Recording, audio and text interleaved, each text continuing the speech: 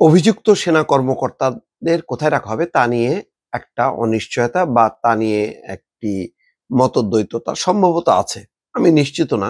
স্বরাষ্ট্র মন্ত্রণালয় ঢাকা সেনানিবাসের একটি ভবনকে সাময়িকভাবে কারাগার ঘোষণা করেছে। এদিকে চিফ প্রসিকিউটর এখন এইমাত্র বললেন যে আসামিদের আদালতে পাঠাতে হবে এবং ট্রাইব্যুনাল ঠিক করবেন যে আসামিরা কোথায় থাকবেন, তারা সাব জেলে থাকবেন নাকি কারাগারে থাকবেন, কোথায় থাকবেন এটা ঠিক করবে হচ্ছে ট্রাইব্যুনাল।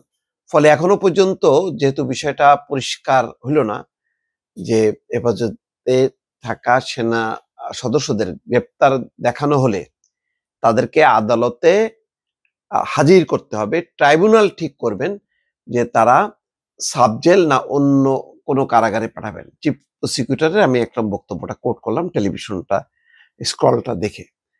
তো যাই হোক, তারপরে একটা নিশ্চয়ই সবকিছু আইন কানুন পরিস্থিতি এগুলো চেক করি এগোচ্ছে খুব সাবধানের সাথে, যাতে এটা নিয়ে কোনো ভুল বোঝাবুঝি না হয়।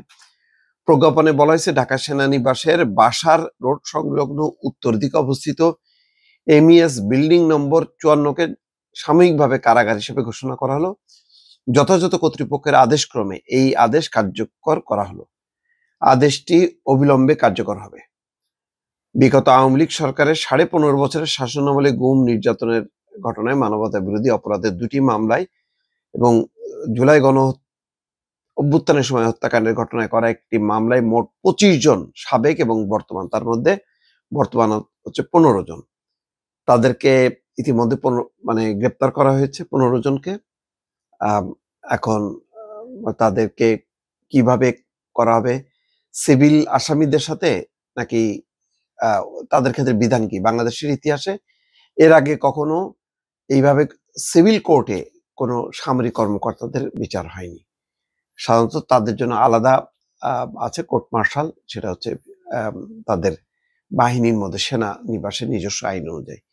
তো যেহেতু এখানে ভিন্ন রকমের মামলা, আসামির ধরন ভিন্ন, সুতরাং এই কারণে গতকালকে থেকেই একটা বেশ আলোচনা যে সেনা কর্মকর্তারা কোথায় থাকবে, তারা ক্যান্টনমেন্টেই থাকবে, তাদের মতন করে এটা কি আলাদা আইন কিনা, তারা কেন কারাগারে থাকবে না, কেন তাদের কাছে হস্তান্তর করা হবে না। যাক, চিফ প্রসিকিউটর একটা বলছেন যে এটা আদালতে পাঠাতে হবে এবং ট্রাইব্যুনাল ঠিক করবে যে তারা সাব জেলে থাকবে নাকি অন্য কোনো জায়গায় থাকবে।